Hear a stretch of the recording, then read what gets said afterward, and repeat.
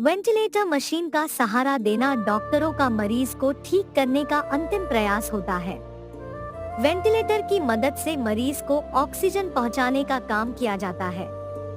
मरीज को जब सांस लेने में दिक्कत होती है, तब वेंटिलेटर के सहारे मरीज को सांस के प्रवाह को आसान किया जाता है।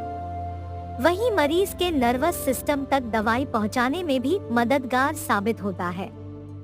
ऐसी ही और मेडिकल और नर्सिंग की बेसिक जानकारी के लिए हमारे नर्सिंग चैनल को सब्सक्राइब जरूर करें। धन्यवाद।